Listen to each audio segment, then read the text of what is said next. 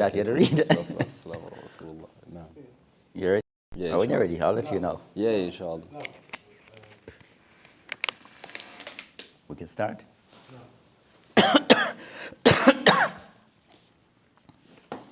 Alhamdulillah. نحمده ونستعينه ونستغفره ونعوذ بالله من شرور أنفسنا ومن سيئات أعمالنا من يهده الله فلا مضل له ومن يضلل فلا هادي له وأشهد أن لا إله إلا الله وحده لا شريك له وأشهد أن محمدا عبده ورسوله صلى الله عليه وعلى آله وأصحابه ومن سار سبيله إلى يوم الدين أما بعد. So tonight, inshallah ta'ala, we'll be continuing discussing the book Al-Mukhtasar Sahih Bukhari by Al-Zabidi rahimahullah. So we're still discussing Kitab al-Salat and the different chapters that the author rahimahullah mentioned regarding matters pertaining to Salat. So of the things that we're discussing is matters pertaining to the masjid and some of the ahkam and guidelines regarding how to use the masjid. So we'll be continuing, picking up from where we had stopped regarding those matters relating to al-masjid. Aywa.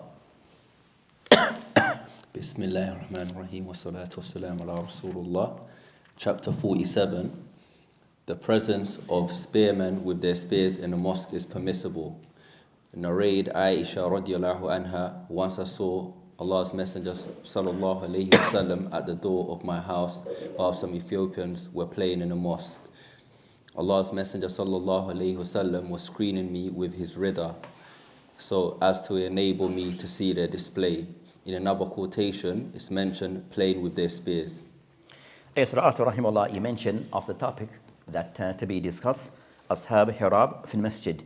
So regarding concerning what's the ruling pertaining to men or people with spears, so with spears playing inside of the masjid, it is something which is allowed or not allowed. So they mentioned regarding this matter, the hadith of Aisha anha Mu'mineen, where she mentioned an incident that occurred where the Prophet ﷺ that mentioned لَقَدْ رَأَيْتُ رَسُولَ الْإِسْلَامِ يَوْمًا عَلَى بَابٍ, that the Prophet ﷺ that is on the bab, meaning the door of their house, where Hujrati, and she mentioned regarding our house, our apartment, wa Habasha, and the men from Habasha, yal'abuna fil masjid, that they were playing inside the masjid. So it mentioned regarding concerning that, as for these men, that it mentioned, yal'abuna, as it mentioned some riwayah, yal'abuna bihirabihim, that they were playing with their spears inside the masjid.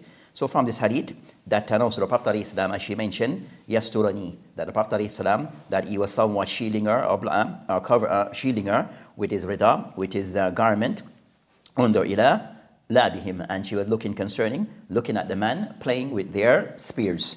So they mentioned from this hadith that this hadith it shows, so mentioned the hadith, as for the masjid, as what is allowed and not allowed in the masjid, then this is based upon what we have by way of text. So not everything is allowed inside the masjid. So we only allow those things for the Prophet ﷺ have allowed to occur inside the masjid, and certain things that he has strictly forbid inside the masjid. So of those things, based upon this incident that occurred, that these men, that they were playing inside the masjid, so they were playing inside the masjid using of their spears. So it mentioned that the Prophet ﷺ, he saw this and didn't make inkar. He didn't per se forbid them of this act. And it mentioned that this act was done during the time regarding Eid. So this hadith pertaining to that this incident occurred during the time of Eid. So it shows regarding that the Prophet ﷺ at times may allow certain things to occur due to the circumstance then, which is the time of Eid, which is a time concerning that a time of merriment and things and times of merriment and celebration. So the Prophet ﷺ, he allowed certain things then. So also the hadith show that at times certain things can be done regarding certain type of physical activities.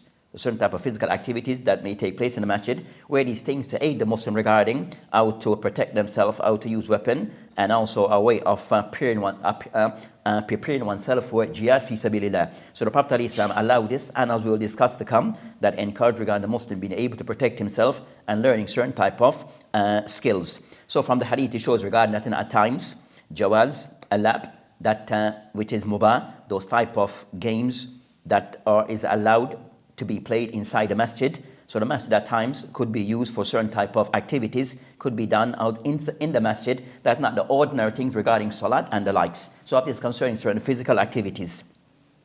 So the Prophet ﷺ that he allowed this. So regarding concerning this type of light that was taking place in the masjid regarding hirab of spear, where it shows regarding concerning people may be learning matters regarding martial arts inside the masjid, but in a designated area. So in a designated area, especially concerning that where in most masajid you might have certain areas that are used for multi-purpose, even though it is a part of the masjid, but it is used for it's used for extra activities. So concerning the masjid have a place where it is designated, where regarding concerning people can do some type of physical activity that would be for their health, and also regarding the Muslim preparing himself regarding how to protect himself and his family and community. So the Prophet ﷺ that he allowed this and also and encouraged this type of practice. And also they mentioned that the Prophet ﷺ that Aisha, who was present, who was his wife, that she wanted to observe what these spearmen playing with their spears, and he allowed ﷺ. So he somewhat kind of blocked her where they could not see her, but she could somewhat look at, they mentioned, la'ibihim, the thing that they were playing with. So not per se she was giving attention to looking at the men per se. So our attention wasn't focused on the men, it's more so on the way that they were of their spears that they had, or the weapons that they had. So regarding concern for a woman to stare at a man, then that is not something that is allowed and should be done, and vice versa. But in this case, she was looking per se more at the weapon, the spears that they were at, and the things that they were using it for. So they mentioned concerns, that's concerning this hadith regarding of these things. So they mentioned regarding concerning this type of game and activities, that regarding physical activity, that would aid the Muslim regarding his health, or that would serve regarding one's health, and also regarding the Muslim learning certain skills that they're able to can protect themselves. So those things are encouraged for the Muslim to learn. Then also it shows regarding that the Muslim showing their joy in a time of Eid by doing different type of activities. So doing different activities, and of this, those people of that type of skill were showing some type of exhibition regarding of their skill during the time of Eid. And also the Prophet ﷺ that at times during the time of Eid, a time that of more for the Muslim to, instead of use the word relax, time for the Muslim to relax. So they allow certain type of games and activities to take place during the days of Eid as the time for merriment and celebration.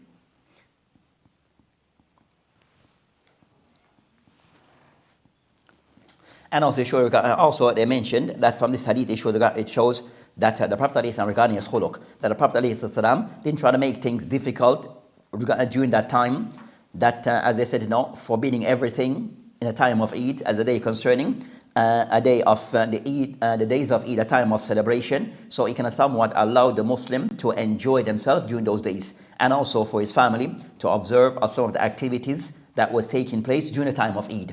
So he ﷺ himself didn't per se participate in those things, but he allowed others to participate in those things. So it should regard that those in authority, or regarding concerning that the Muslim community in the time of Eid, that organizing activity where the people can celebrate their time of Eid and participate in things, but with the condition that those activities are things that are allowed. So with the condition that activities that are being carried out or being done is thing that is allowed. So that's concerned that hadith in multiple ways. It shows that the hadith it shows regarding that these men that are these spearmen that mentioned yal'abuna fil masjid. So the shahid from the hadith that these men that they were playing inside of the masjid. So showing that the permissibility of that type of physical activity taking place inside the masjid. Aywa. That's concerning that hadith. So we go to the hadith that follows. Chapter 48, asking a debtor to repay what he owes and catching the debtor in the mosque. So before this concerning of the things that regarding concerning hirab fil masjid, regarding this type of activity in the masjid. So it says not in Islam, it allows for the Muslim to have social activities. And they'll call it today cultural activities, but it says no, with boundaries.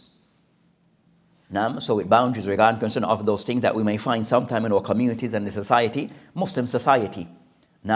that even concerning the non-Muslim societies, in a time of in their festivals and celebration, a lot of stuff take place which is haram, such as you have free mixing, dress code. There's no rules regarding dress code type of things. So a lot of exposure of the body during those celebration. Also regarding al-ikhtilat, free mixing, and also actually physical touching between the genders, and also a lot of drinking of things of khamr and the likes, and also not even concerning even use of illegal substances during those times, and also a lot of partying. So you find that in their celebrations, a lot of partying take place regarding these musical type of things. So that as for the Muslim in their society, not to adopt these practice. So the Muslim in their society, in trying to be, as they say, cultural, not to try to somewhat import these evil of these type of ways of celebration in their communities regarding having these type of activities regarding musical festivals and the likes, where it involve Allah Mustan, involve concerning of the point that we know that occurs over in this society. So the Muslim can somewhat to keep those things away from their society, keep those things away from their society. So yes, being to relax, have some form of enjoyment, but in a way which is within the lines of, within the boundaries of Islam, within the boundary of the Sharia, and not to exceed this, or go beyond this. Aywa. Chapter 48, asking a debtor to repay what he owes and catching a debtor in a mosque. 287, narrated Ka'b ibn Malik radiallahu anhu, in the mosque I asked Ibn Abi Hadrad to pay the debts which he owed to me, and our voices grew louder. Allah's Messenger sallallahu alayhi wasallam heard that while he was in his house. So he came to us, raising the curtain of his room, and said, O Ka'b. I replied, Labayk, O Allah's Messenger sallallahu alayhi wasallam. He said, O Ka'b, reduce your debt to one half, gesturing with his hand. I said, O Allah's Messenger, I have done so. Then Allah's Messenger sallallahu alayhi wasallam said to Ibn Abi Hadrad, get up and pay the debt to him. And that's the hadith. It says hadith, they mentioned taqadi wal malazima fil masjid. So the mention regarding of those points that is mentioned regarding things that may take place in the masjid, as I mentioned here, taqadi. So taqadi in this case is regarding that talabat ad-dain, a person that is seeking someone to pay up his debt. So a person asking, requesting that someone pays them the debt that is owed to them. So this is something that you mentioned here from this, that is occurred inside the masjid. So a person asking for what is owed to him to be paid, and this occurred inside of the masjid. So they mentioned the hadith of Ka'b bin Malik regarding concerning this incident occur, regarding concerning that there was a dispute regarding concerning this matter, where it mentioned Kan alayhi, that they were inside of the masjid, and that he was seeking for him to pay him the debt that was owed to him. So it mentioned that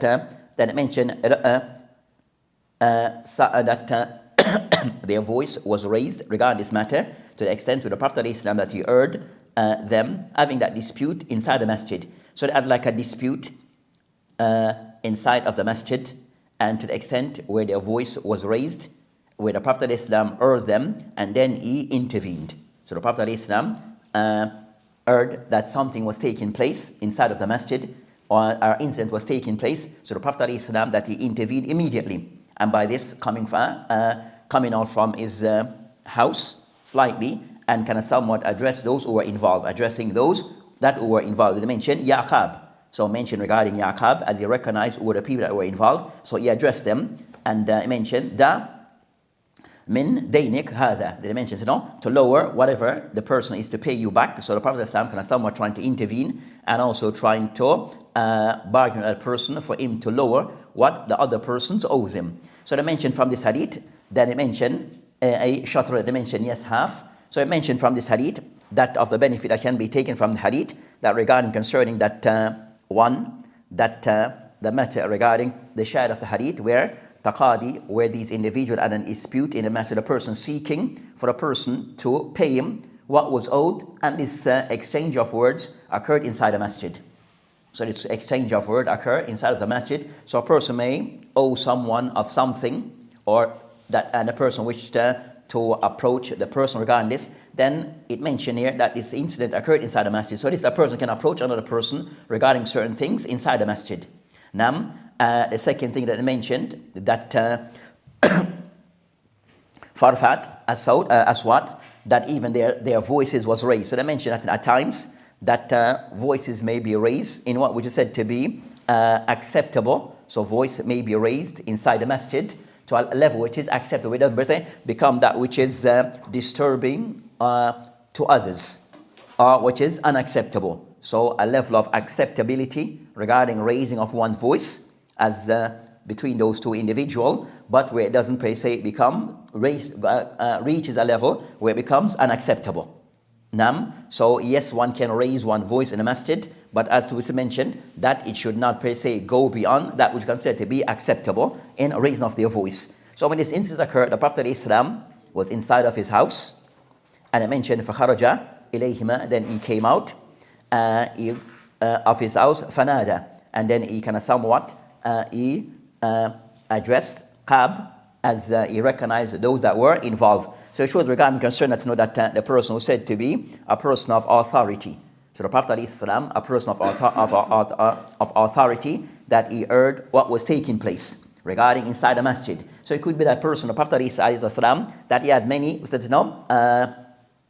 hats on his head, if you want to use those terms, that he was the Messenger of Allah subhanahu wa ta'ala, Rasulullah wa Nabiyullah, and also he was the Imam of the masjid, and also he was the Qadi, and also he was the friend of everyone, and also the person who would mediate between everyone. So he's that person who can somewhat serve all those roles. So in this capacity that he heard something taking place inside the masjid, in this case then he can somewhat try to address it. So it shows regarding the Muslim, that if we see are within our ability, that we may find the Muslims or Muslim that having a dispute, a disagreement on a matter, that and the matter can somewhat, we said, getting a bit heated or out of control. For those who are able, they can intervene and to do so, for them to do so. So you find there's a dispute that is taking place, and a person knowing that is able can intervene, and as they say, squash the matter or try to resolve the matter and to mediate between those that have that dispute. Those who are able should do so. So the Prophet ﷺ inside his house heard of the incident inside the masjid, as his house was next door to the masjid, that immediately, as they say, took action. So at times, knowing of certain thing that is taking place, that for those who are able to immediately take action, and not just leave it to the next person, as we say, but for the person who's aware of the situation, for them to take action. So the Prophet ﷺ, that he took action. And also it shows regarding the Prophet ﷺ, of those people were a person who was quick in taking action to resolve things and to make things better. And not to procrastinate on things or to leave the matter to the next person.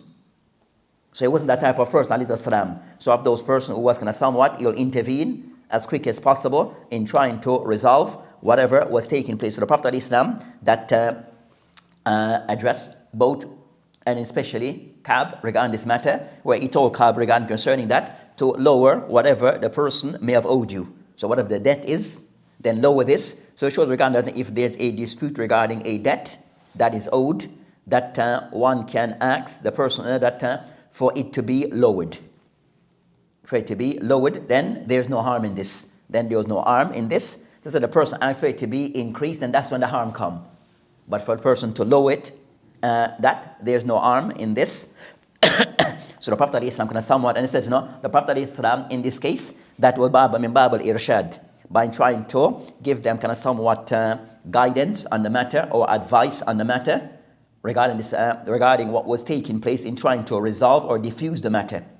So in this case where you're asking for the person to repay you of this debt, maybe the person find it difficult to repay it. So in this case, maybe something to consider if you want to be paid, for you to lower the amount, and so the person maybe can pay you that amount. So the Prophet ﷺ to the person that wanted to lower his debt, then he kind of somewhat, and he mentioned, then he took it on, or kind of somewhat add that idea. Like he mentioned, I did this. So it shows regarding the Muslim that they're trying to resolve things between themselves at times. Now, trying to resolve matters or dispute between themselves. So they mentioned the Prophet Islam, the concern to not that, and also that the amount that was owed, I think that was owed, where the Prophet Islam was told him to lower it. So that person, he has to also agree to this, because he's the one that it is owed to him, whatever that amount is. So for him to lower it, then it has to be with his consent. So even concerned the Imam can't just, that person authority can't just command the person. The person must also give their consent, because that's their haqq. That's their right that is owed to them initially. So for the person to lower it, they have to be with their consent. So the Prophet Islam giving this advice and mentioned that min daynik hadha, for you to lower this by way of irshad. So by way of irshad, of giving like an advice to the person can consider this advice regarding lowering what was owed to you. Then the person mentioned because fa'altu, then they mentioned that, I've done so. So also if a person's advice, given advice, and you be the person that is giving that advice, that they understand your situation, and also that they are genuine in the advice that they are giving, for you to take it on board. So if the advice is in line with Islam, and the person giving the advice, you be that person that they're sincere, or the person is genuine in the advice that they're given, for something to consider. Now we said it's not a must for you to accept it, but something for you to consider. That I mentioned, and I mentioned that he mentioned, I took this on board, Rasulullah. Then I mentioned, Qum faqdi. Then I mentioned that, go and pay off this debt. So it shows regarding concern. It shows that the Muslim also, that we have rights between ourselves. So if someone owes someone something, you have a right for that thing to be returned back to you, as agreed upon. So that's the right that you have for it to be lowered. Then also that's also your right that you can do so. But also from the person who owes you this, then they should try their best to fulfill according to the agreement between you and them. Now, I mentioned al-Muslimun ala shurutihim, that the Muslim, they are upon their shurut. The Muslim, he stick by the shurut, the condition that he has with others. So from this it shows regarding concern in summary, regarding concern that the permissibility for a person to lower the debt that is owed to them. As we mentioned, he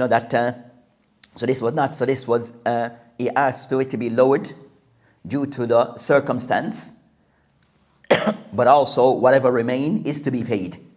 So whatever remain, what is still outstanding, is still to be paid.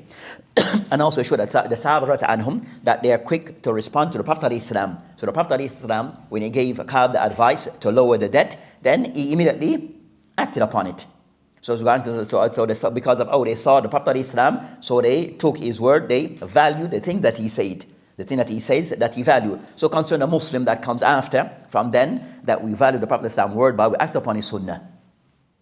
So to show value to the words and action of the Prophet Islam, that we act upon his sunnah as he have taught us. Then also it shows regarding concerning that at times, yajuz rafa as-sawt fil masjid, that a person raising of their voice in the masjid, those situations may mean regarding of those cases of raising the voice in the masjid, of ilm, regarding teaching the people things in the masjid, the person might need to raise their voice. So in those circumstances, it is allowed if between individual that may have a dispute in the masjid and the voice are raised due to the situation, but it shouldn't per se be raised to a level which is unacceptable and become a disrespectful to those inside the masjid. And also it shows regarding accepting regarding those who wish to mediate between others. So regarding that, accepting those who wish to mediate between others when there's a dispute between parties, that those who choose to be mediators, but also those people that are accepted by both sides and respected by both sides. So if there's a mediation and it is not accepted by both sides, then there's no mediation. And also those people, the mediators, they understand the matter that is being discussed. They understand the matter that is being discussed. So they mentioned the Prophet when he heard the dispute, he didn't per se tell them to lower their voice. He kind of somewhat try to deal with the matter. And also it shows regarding that whenever you find that dispute between the Muslim, try to make Islah. So whenever possible, when there's a dispute between the Muslim, that in trying to make al-Islah between the Muslim, in maintaining the brotherhood between the Muslim, in maintaining the brotherhood between the Muslim, and not having dispute between the Muslim. Also they mention أومأ إليه, where the Prophet when they mention the hadith he said وأومها إليه, that the Prophet Islam, that in this case also he also indicated certain things, like to lower it. Nam by way of ishara, by way of signs. So as I mentioned that at times using of signs that they may serve like words where they are understood and the meaning is known. So the Prophet Islam by certain gestures by way of signs and that was understood. So it shows regarding concern that at times a person makes certain type of gestures with their body and this is understood as to what is intended, then those things, it is taken for what it is. It is taken for what it is as a form of replacement of words, as a form of replacing of words. So it's a general concern that shows that a Muslim, that it shows the permissibility of trying to make al-Islah, or try to make Islah bayna al-ikhwa in the mutakhasim, when they have or khusuma, that try to make Islah between the Muslim when they have dispute. So in this case regarding matters regarding al-wealth, so even regarding concerning trying to make dispute or trying to resolve things between the Muslim, make Islah, to rectify between the Muslim in cases where they even dispute regarding matters of Aqidah, we said not of the usul of the deen, even more so of a priority. We find difference between the Muslim on matters regarding the usul of Islam, like the fundamental teachings of Islam, whether those things are Aqadiyah or Amaliyah, that we try to rectify those matters and to unify upon those matters and to remove the differences on matters that we should not have differences on, where those matters are clear. That's concerning of which matters.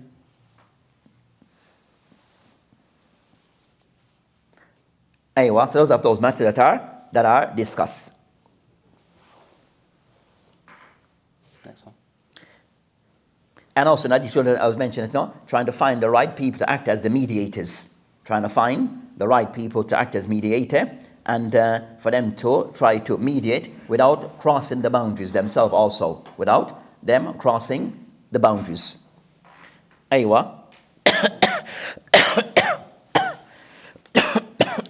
Chapter 49, sweeping in the mosque and removing rags, dirt and sticks from it. 288, narrated Abu Hurairah radiallahu anhu, a black man or a black woman used to clean the mosque and he or she died. The Prophet sallallahu alaihi wasallam asked about her or him. He was told that she or he died. He said, "Why did you not inform me? Show me his grave or her grave." So he went to her or his grave and offered her or his funeral prayer. Sallallahu alaihi wasallam. That's a hadith. As this hadith is mentioned regarding concerning al-Kans, al-Masjid, that discuss regarding the cleaning of the masjid, so the cleaning or maintenance of the masjid, and also finding of things that are not befitting the masjid, regarding rags and things that are left in the masjid. So the mention of regarding concerning this the hadith that is mentioned, and Abi Hurairah anhu, that anna rajulan aswad aw imra sauda, where they discuss regarding that there was a man or a woman, a black man or a black woman, kana yaqum al-masjid, that this person used to have the responsibility that they would clean the masjid. So the mention regarding concern is not the hadith mentioned. It said that the person was either a man or a female. So you find that in some narration, in this narration mentioned, famat, that the person died. Then I mentioned, Fasan Nabi Islam anhu. So kind of some this narration more inclined towards if, even mentioned at the start, that is a difference between what is the man. So start with there was a man and a rajulan aswad, that a man that was black, or imratan aswad, or a lady that was sauda, that was black. So more start with a man, but the rest of the hadith can give the indication that the person was a man, as the gender that is used. So I mentioned regarding the khilaf between the ulama, was it a man or a female, or a male or a female? So you have some narration, as in this one, that there is shak, there is a doubt, as whether it's a male or a female. Then others mention, more inclined, that the person that used to clean the masjid was a female. So you have some narration that mentioned that it was a female without any doubt. That would like more with certainty that the one who used to look after the masjid was a female, and she passed away. What's that in this narration? They mention a doubt, but then mention a male. So you have the different narration regarding was it a male or a female that used to clean the masjid of the Prophet ﷺ. So they mentioned kana yakumma al masjid, that they used to clean the masjid. They mentioned that this person, famat, that the person used to take the responsibility to clean the masjid. And this was, they said, voluntary. So they kind of somewhat saw this opening, saw the importance of cleaning the masjid. So it showed that also, and then they take that and they took on that responsibility to do so. So it shows regarding concern to know that a person volunteering regarding concerning with the masjid or things of good. So the person volunteering regarding things of good. So in this case, the masjid in particular. So it shows to know of the masjid, and also so person volunteering to do so to keep the masjid clean, or in whatever capacity they can assist in the masjid. Also, it shows regarding that from this that the import that of those things that the masjid to be maintained properly.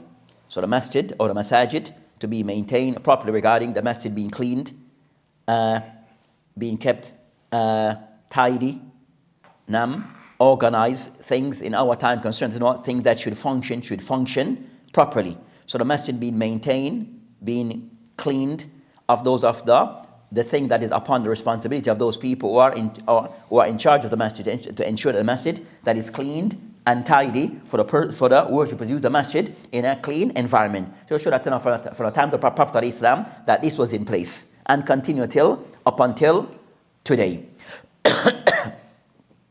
Then I mentioned that when the person died, the Prophet of Islam that he asked about him. So they asked about the Prophet of Islam that knows that the person had passed away. So it shows regarding that the person also who is in authority, knowing concerning what's going around them. So the person have that responsibility. As an example, those people who are in charge of the masjid, knowing who are the people that have certain responsibility in the masjid. So the Prophet ﷺ was aware of these people that used to look after the masjid. So when he knows that they were missing, then he asked about them. So he asked about them. So it should regard the Muslim asking about people that he would see often, then sometime they go missing. What's their fears? What has happened to such and such person? So asking about people, said no, about others. So also from the Hadith, it showed the Prophet ﷺ that that I mentioned that the person had died, the person had passed away, and they had been buried. So the person passed away, and they were buried. So they were prayed upon. So immediately after their death, that they were prayed upon, and also that they were buried. So the Prophet ﷺ called, "Afala kuntum adantumuni bi." Did you not inform me? Let me know that the person have passed away. So either Prophet ﷺ, because they know the person, know of that person, that's the service that the person would perform in the masjid, that he wanted also to to be a part of what to be informed what have happened to that person, so he also could participate in their janazah. Now, so he mentioned dullani ala qabri. Then he asked for the people to direct him to where the person was buried. So the person that passed away, then the Prophet ﷺ asked why he did not inform of what had happened. So he shows regarding then he ﷺ, he asked for the people to direct him to where the person are buried, أو قال قبرها أو قبر, as we mentioned, a difference between male or female. Then I mentioned فأتى قبره أو قبرها فصلى عليه. Then the Prophet ﷺ, he came to the person's grave where they were buried and he prayed over them. So I mentioned regarding concerns of this part, it shows regarding that the Prophet ﷺ, that his level of he would check up on people regarding concern. Those people used to work in the masjid or served in the masjid, so he used to check up on them, ask about them. Even those people sometimes are the fuqara and the duafa, so even more so you will ask about those people. So the people said the ones that sometimes people may ignore. The Prophet ﷺ, he used to more check up on those people, which are the people that in society, and the people are the poorer class of people, and the people that are in need. With the Prophet ﷺ, more reason for him to keep tab on those people and to see what their situation is and how he can assist. Then I mentioned that by him asking, it shows the level of concerning tawadu, that him asking about those people, said, those type of people that doing that type of service of clean the masjid, and those people are said to be the fuqara, the duafa, that it shows the level of tawadu, that he wasn't concerned about the people on the top all the time, but he wants to know about even those people at the bottom. So for those in authority, it's not about trying to focus always on the people who are the people that are on the top, but also to focus on the people on the bottom, as everyone make up the society and are part of the community. Also, it shows regarding his level of rahmah towards his compassion towards other Muslim. When this person have died and he Islam, that he wanted to be informed immediately, but that was not done. But then also he wanted to go and to pray over that person and know where they were buried. And also from this, the Prophet Islam, that he has mentioned, that did not look down upon the small action of the Muslim. So even certain action that people may miss, that's not clean the masjid. He didn't look down upon this or belittle this, but he saw it as something that warrant for him to go and to pray for that person because of the service that they did for the masjid and the community. So not to look down upon anything that is done for the community by the Muslim, that serve the community and the betterment of the community, and in this case concerning the masjid. So not to look down upon the person because of their status in the society, nor the act that they may do. May people can somewhat see the act and not no, those are the what they call those acts, the people who clean the street and all those type of thing. Those menial jobs, not to look down on those things. Namso said, in a society is made up of every class of people, of different role. If you find a community where you find that everyone is rich, then you have a problem. If you find a community where everyone is poor, then there's a problem. Or everyone is doctor, is a problem. So the community needs to be balanced. We have different people carrying out different tasks to make everything go together. So also should the Prophet is concerned, though people said to be al-khadim or sadiq, that will find those people that they are missing. Then we ask about their affairs. So they keep tabs on each other, and of those tabs regarding those people said it's the ones who sometimes are missing, that people may not give them much attention. The elderly at times. Also those people are said to be who else? The low, the what? The masakeen, those type of people. So you find that in today, even in the Muslim community, that a lot of the emphasis and investment in which class of people? The youths. And forget about everyone else. So everything is the youths. Yes, we should invest in our youths, but also we have to invest in the community as a whole. So we have people who are the youths, the youngsters. Then also we have those who are the seniors. We have those, so we have different people in the society, that the people who are the ones who are out there who need help. So we have different people in the society that the Muslims can somewhat for the community to look to see how we can cater for all, not just some and ignore others. Not just some and ignore others. And to the extent we're trying to cater just for the youths, that you find that sometimes we do things that is not for the betterment of the youth in the long run. So we're going to somewhat try to cater for them. We sometimes do things that in the long run will not be for their betterment. So for the community, yes, catering for the youth is a part of it, but it's not the only segment of the community, only the youths. We have new Muslims, we have sisters and brothers who are single parents, we have people who are ill, we have people who are seniors, we have people who are youngsters, we have people who have special needs, now we have people who are orphans. So we have many different people in the community that they also need some attention. And also it shows you on the Prophet of Islam concerned to know also in this matter that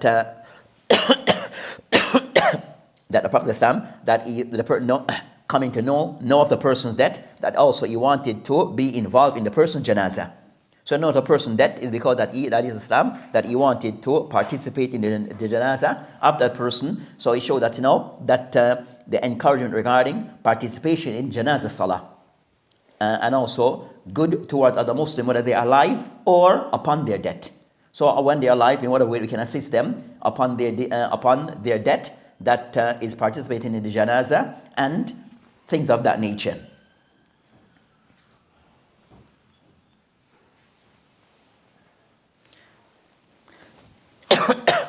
Stop. And also the hadith that so the Prophet is talking somewhat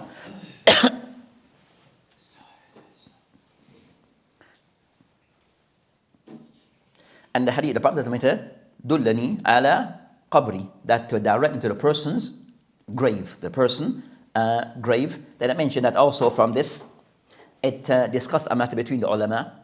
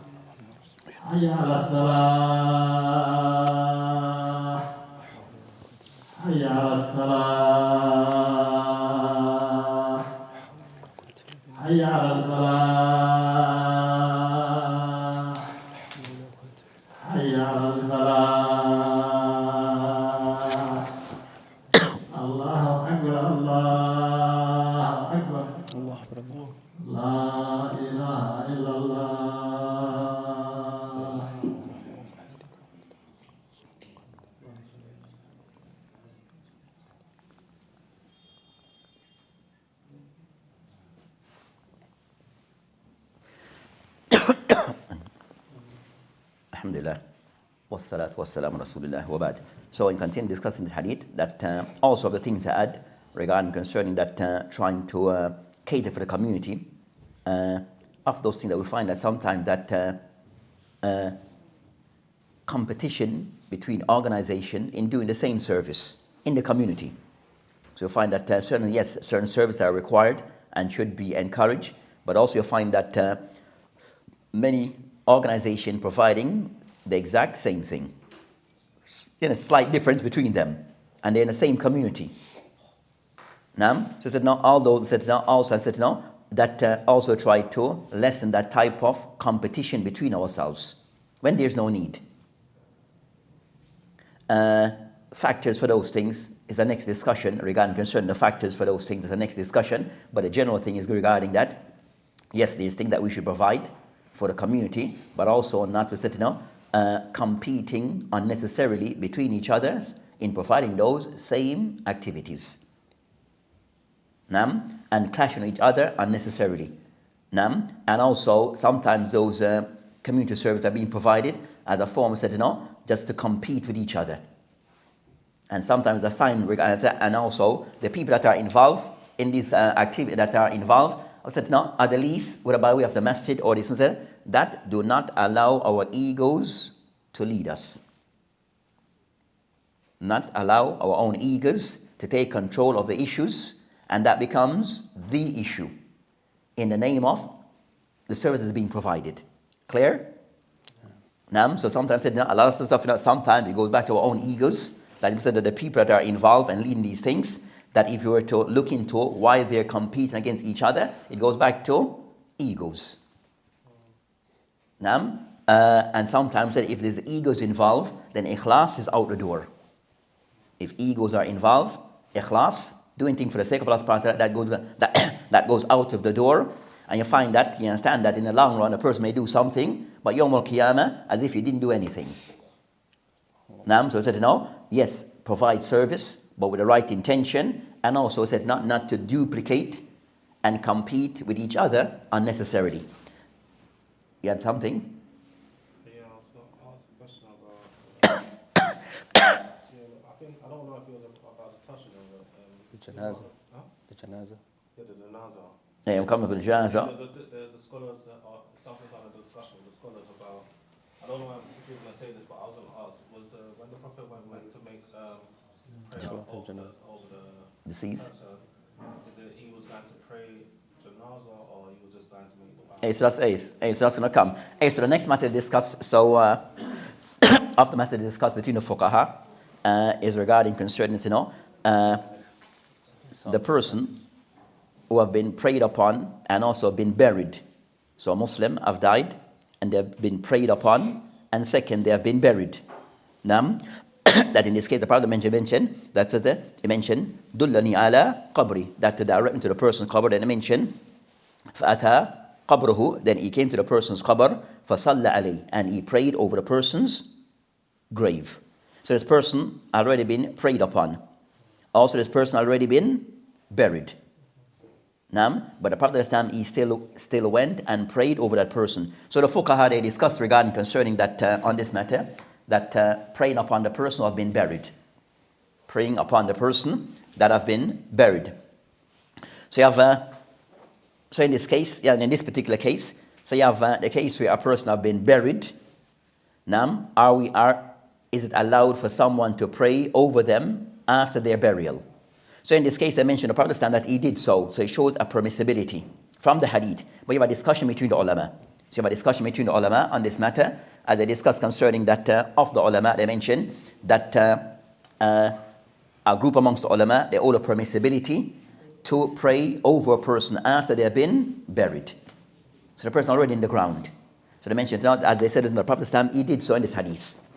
So they show the permissibility of this. And that's the view that is taken by Ali ibn Abi Talib, Abu Musa, Ibn Umar, Aisha, amongst the Sahaba. Amongst some. You have Ibn Mas'ud, Shafi, Awza'i, Ahmed, wa Ishaq. So of the ulama who hold the permissibility that one can pray over a person. I would say this person a Muslim that have been prayed upon, plus they have been buried. That one still comes, but the person who's doing so is the person who have not prayed before. So this is in this case, the Prophet ﷺ, he did not pray upon that person, but others did. So he went, and I mentioned some others went with him, and they prayed. But for those that have not yet prayed over that person, so they can go and pray for that person, and that prayer is done not in the masjid, but they will go and pray at the maqbara, at the grave, over the person's grave, and after that, and also they will pray the Salatul Janaza. So they go and they'll pray Salatul Janaza, and Salatul Janaza with Jum'ah the ulama, it can be prayed in the graveyard, as there's no ruku and sujood. Because there's no ruku and sujood, then Salatul Janaza can be prayed. So the Prophet he went to the person's grave, and they mentioned that there was others with him. Some mentioned 4, but others went to them and they prayed for the person who was that have been buried.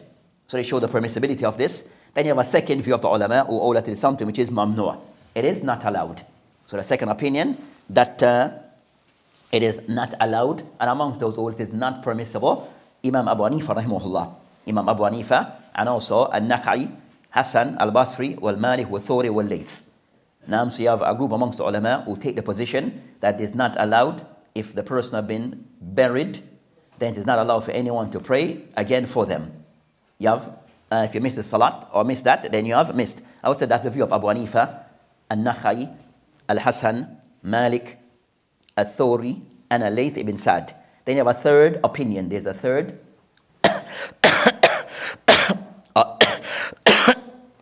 And there's a third opinion mentioned that I mentioned. It is permissible with some condition. So they mentioned it's permissible. When I mentioned that they said that the permissibility is given to people of authority or family members. So the person was like a person, or the person in this case, the Prophet ﷺ was the Imam, a person of authority. So he went alayhi and he prayed for that person. Said if the person is someone of authority, then yes, that person can do so. But not for said the general people. But said some narration mentioned that with him were others. So there were others with him. So that's a third opinion that between the ulama regarding that matter. Then between those who say it is permissible, which would be what? The first qawl, the first the first opinion. The first opinion is it is permissible. And they now disagree between themselves. So those who say it is permissible, they disagree regarding is there a time frame within which you are allowed to make that salah. So the person, you miss Salatul Janazah. So they mentioned, those who wish to pray over that person, then you have within a certain time frame, you have a certain duration of time that you're allowed. Those who say it is permissible and put a time frame to it, they disagree regarding how long that time is. So those who mention shahr, a month. Those who mention there's no time frame to it. Some mention until the person body kind of somewhat start to, decay.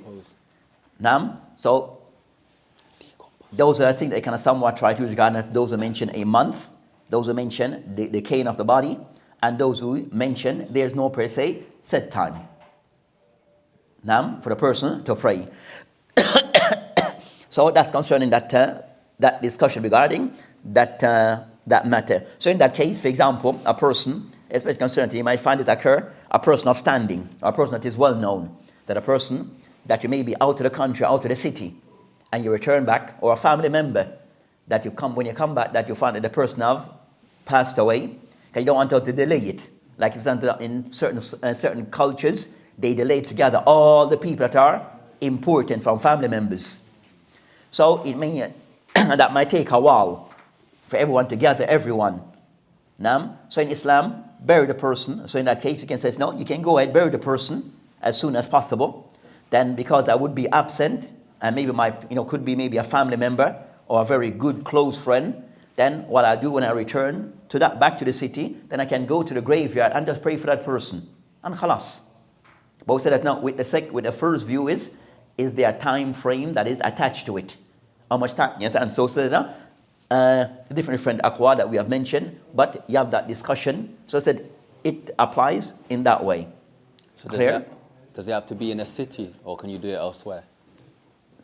Would you have to return? Because you said They have to come back and do it over the person's grave. So with this case, that you have to pray the person's grave, you have to go there and pray over their grave. Not per se, you just pray where you are. You understand? For example, I know we're in London, someone died in Birmingham. You understand? I couldn't make it or missed it. Then I'm going to pray. No, that's not the case. That's a different type of salat that also tawassul nas fihi. That regarding concerning salat al-ghaib, that when a person dies, and especially concerning today's time, a person of notoriety have died, then the entire country pray for them, or the entire world pray for them. You understand? So wherever you are, the person buried today, he was in X country B, the people in country C and D and F, they are praying for the person because he's a famous person. The fact that he has been prayed for in that masjid by those people, khalas, then that obligation has been lifted and been fulfilled by just praying the one salat for that person, that's it. As for repeating salat everywhere, then that's not the part of the salaf. Both said some does have that opinion, but that's an opinion taken by some. But that inshallah so we'll end with that and continue next week. Wabillahi ta'ala tawfiq wa hadil as-sabil.